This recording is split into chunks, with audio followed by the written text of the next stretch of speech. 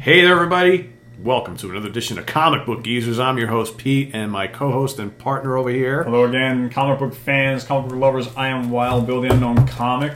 Welcome to another top 5 villains and one-hit wonder villains from Daredevil. Yes, so today I am doing the top 5. And I'm picking the five not so popular. We have not shared our picks with each other. Well, Bill knows 2 of mine because I had to borrow some books for him. But so for me, I think that Daredevil, his most notorious villains, probably came later on in publishing career as opposed to Post 100?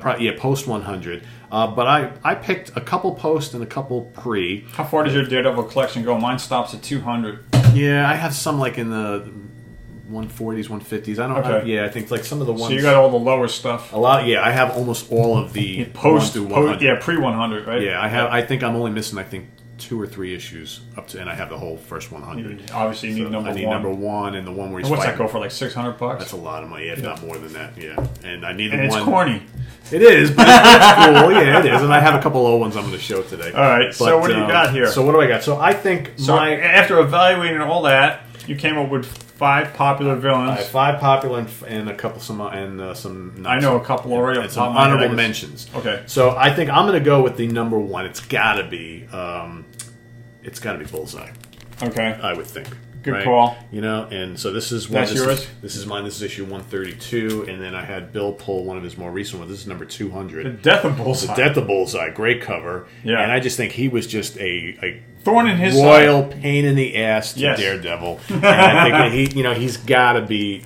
He had to be my pick, right, for number 1. Good call.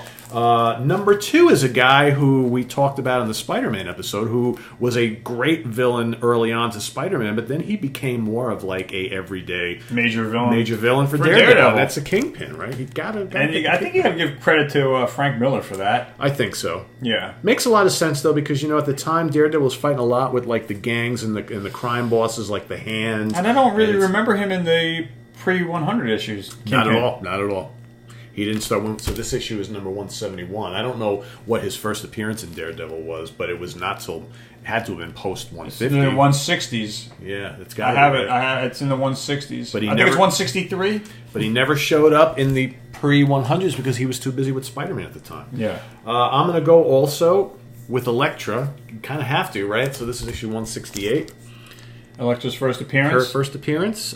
She became a villain of Daredevil as well as a love interest, so kind of a little bit of both. And she's kind of like an got the candle lit on both ends there. Yeah, but, Matt Murdock had affinity for her. It's And now for a couple of the older ones. I mean, if we're talking pre-100, got to be the Owl. Yeah, he was on my list. I definitely would. Kingpin and the Owl would have been 2 of my choices. Yeah. So I figured the Owl got to do it, and then you're gonna laugh, but I had to. You know exactly. I just looked because he was one of his major villains early on, and as much as he's a joke, you don't have to explain yourself. I get it, but go ahead. It's got to be the Stilt Man, right? It has to be. So this is the first appearance of the Stilt Man. Disgruntled fireman. Yep. It's the first appearance of the Stilt Man. I don't know if he's a disgruntled fireman. I don't know. He made that up. Yeah, one of our viewers liked that comment, so he threw it out there again. But he fought Daredevil all the time. He did. He did, and he's earlier on, right? Like one of the first 10 issues, he shows up, doesn't he? The first 12 issues. It's the first. So 8. In this number 8, he popped up again. A couple issues after that, and a couple issues after that. This is his first appearance. Yeah, this is his first appearance. Okay. So you got to include him. And then I got a couple of honorable mentions here. That was 5? Okay, 5, so honorable mentions. So honorable mentions, we're got to go with the Gladiator. Okay, see now I thought he might have been a number 1 in there. It was a toss up between him and Stilt Man. Okay, I thought you were going to say Elektra. Okay, yeah, I picked Elektra because she's like iconic. Controversial part of a character of his life. The Purple Man. Killraven. Okay. That's him up there. So he was actually a very big villain for Daredevil early on, and he showed up again later on as well. But basically he had this power. Did he ever change his name? Become somebody else? I don't know, but they called him Killraven sometimes. Okay. That's his name, but the Purple Man is what they called him early on. Then he went. But he's not Killraven from. You know who I'm talking about? Oh wait, so did I say? Isn't there Killraven?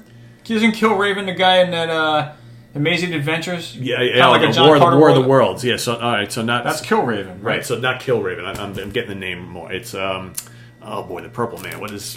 kill something or other. Hold on. All right, that's why I had to stop you. Yeah, no, I said it wrong. Hey, we make mistakes, right? Yeah, we're human. Anyway, I get you. Or Kilgore. Sorry, Kilgore, not Killraven. But the Purple Man. So he had the power of the mind. He could convince people to do things in his bidding based on his mind kind of power. You guys must subscribe and tell your friends about comic book geezers. Kilgore, yeah, what a Kilgore. Sorry about that, guys. The Man Bull. He shows up all the time, right? Yes. Another good honorable mention, I think. Tilt that back a little. There we go. I love that label. I know, right? Not. Let's see. Another one, the Jester. Oh. Here's the first appearance of the Jester. I probably would have picked him as a major because he's in a lot of issues. He is, yeah. This was hard because he's got a lot of but that's pretty cool. I picked this one because normally he's associated with another superhero, but he actually appeared quite a lot in Daredevil as well. I need this one. Electro. I just got this recently. What number is that? This is number 2.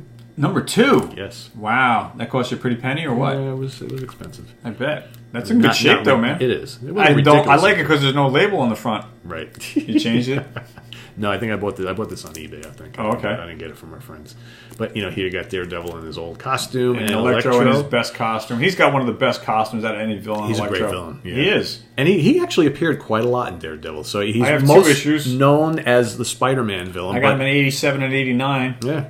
I would say he probably showed up in Daredevil not just my as much. Picks, no? So I'm kind of glad I didn't touch. All right, my so turn. One-hit wonders. One-hit wonders. Are you ready? The Unholy Three. Who are? I forget who they are. I don't know. Yeah. I think one of them. I think is the frog. Right? I don't even remember. I have the cover. This. Yeah, I have this. I forgot. Is it the frog or leapfrog? It's the frog, and I forget the ape, and then what's this? I forget this. I forget the flying guy. I forget his name. They're awful. Yeah, they're terrible. So that's my number 1 pick. The Unholy Three. Unholy bad. Yeah, that's issue 39. Then you got this guy from issue 65, Brimstone. Yeah. I thought this was Frankenstein when I was looking at it, and it's like Brimstone. No. The Man Called Brimstone. Number 2, one-hit wonder. So many one-hit wonders to pick from. So I went with Mandrill. And this is the only issue with him in it. This is issue 112.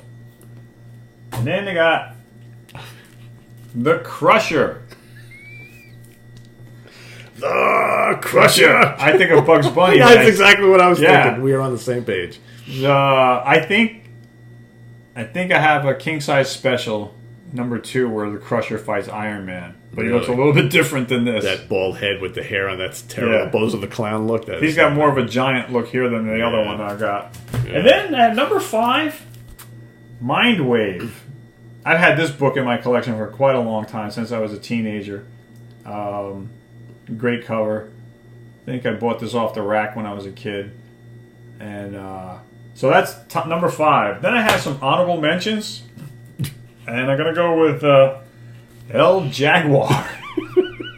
It's like a bad Kraven the Hunter. That's exactly what he is. Look at him pulling on Black Widow's hair over there. El Jaguar. Oh, Jesus. El Jerko. Issue 149. The Smasher. Right? Right? Smasher? Yeah, the Smasher. Yeah. The Smasher. So, now I'm going to move on to 2-hit wonders. Indestructible Man. Oh, jeez. 2-hit wonders. 2 issues. Indestructible Man. Boy, that was a pretty original name right there. Jeez, so, Louise. Another 2-hit wonder who I like these covers. Copperhead. God, I remember Copperhead, yeah. I think they could have did more with this guy. Yeah, that's classic. This cover's better than this one. That's classic Gil Kane stuff right there. But Copperhead, I like the name. Sounds poisonous. Then you got this guy. I remember this one, yeah, the Dark Messiah. The Dark Messiah. Another kind of 2-hit wonder. The Screamer. Okay, he's awful. I remember that. Yeah. And then you got this other guy. Pete mentioned it in another video of ours, Ramrod. Yep.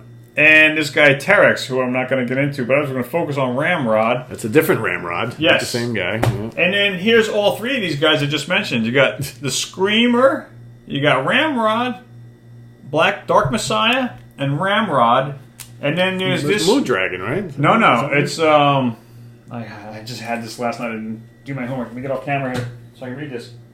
Her name is Madam McEvil. Madam McEvil. I had to read the fine print without my glasses. Madam McEvil. When I first read that, Madam McEvil, I was like, what the McFuck are you talking about? I think Moon Dragon needs to sue for copyright infringement. Well, yeah, Looks Moon just Dragon, yeah, except her colors are different. I know, but it's the same. The ball, the earrings, the costumes. Was she out before Moon Dragon? I don't know. It's probably around. It's got to be around the same time, right? Because those Avengers that she's in is like 25 maybe centers, shortly man. thereafter. Maybe I don't know. But yeah.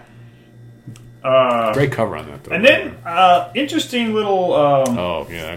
I wanted to talk about... Well, that's pretty much it for my one-hit wonders, but I wanted an observation as I was going through my collection. The Torpedo was another guy I was thinking of, and then I realized as I was going through my collection, look how much his costume has changed. This is the Torpedo. And I always remember the Torpedo looking like this. Right. Which is a major improvement to Are we the sure costume. it's the same guy, or is it just like a totally different guy with the same name? Because Marvel was key on doing that every so often. I didn't open up and do my homework. I was doing so much last night pulling these books. I don't know. I'm going to say it's the same guy.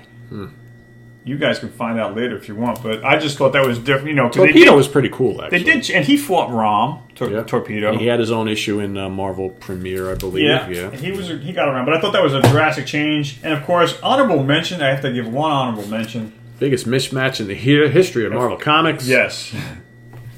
And Daredevil against the Hulk. One of my favorite Daredevil covers of all time, right here. Menacing Hulk in the background. Definitely great. And that's it for me. Pete's got a little tidbit for you, too. So I like when Bill did on the Hulk episode, he threw out a couple really awful depictions of the Hulk on a couple later books. My ugliest Hulk cover contest? Yeah. And so you're going to do that for Daredevil? I'm going to do that for Daredevil. Okay. I'm of the opinion that some of the artwork, I'm not a big fan of Frank Miller's artwork. I love his writing style. And I'm not even sure if this is Frank Miller drawing this or not. Doesn't really matter. I don't think so. It's probably not, but it's the same era. And I just think some of Daredevil just looks so hokey on some of these. What is this, Archie Comics here? I mean, look at this face. Ooh! I mean, just, deer in headlights. And then I got this one right here. It's like he's being choked, but he looks like he's laughing. I don't know. I'm not a fan of some of the artwork of... The whole group, the whole gang scene is kind of weak. Yeah. There's not very good background artwork. No. I'm not a fan of the artwork in Marvel at this time period in general. Yeah, so we're talking about like mid-late 80s, right? This is probably 1982, 60 center. Yeah. 82, 83. This might be 1983. Not a fan. That's why I stopped collecting it around that time, because it just it just spiraled downhill after that. But those are not as awful as those Hulk covers that you showed. I don't think anyone's going to beat that. Oh yeah, I actually, it's too bad maybe if we do the Punisher, because there's some god awful depictions. We should do an episode about that one day, just ugly covers. That would be cool. Would you guys like that? Would you like to see that? Because that would be some homework, man. Yeah. Anything goes. Ugly covers. Yeah. I like the ugly idea. Covers where our heroes or whoever just looks just god awful, right? Those Hulks would be coming back out. And there's other ones. Oh yeah. You just picked two of them. I think some of that stack that you that whole bought from stack Kurt. pretty much between 300 and 400 is awful. I remember when you were showing me the that leader.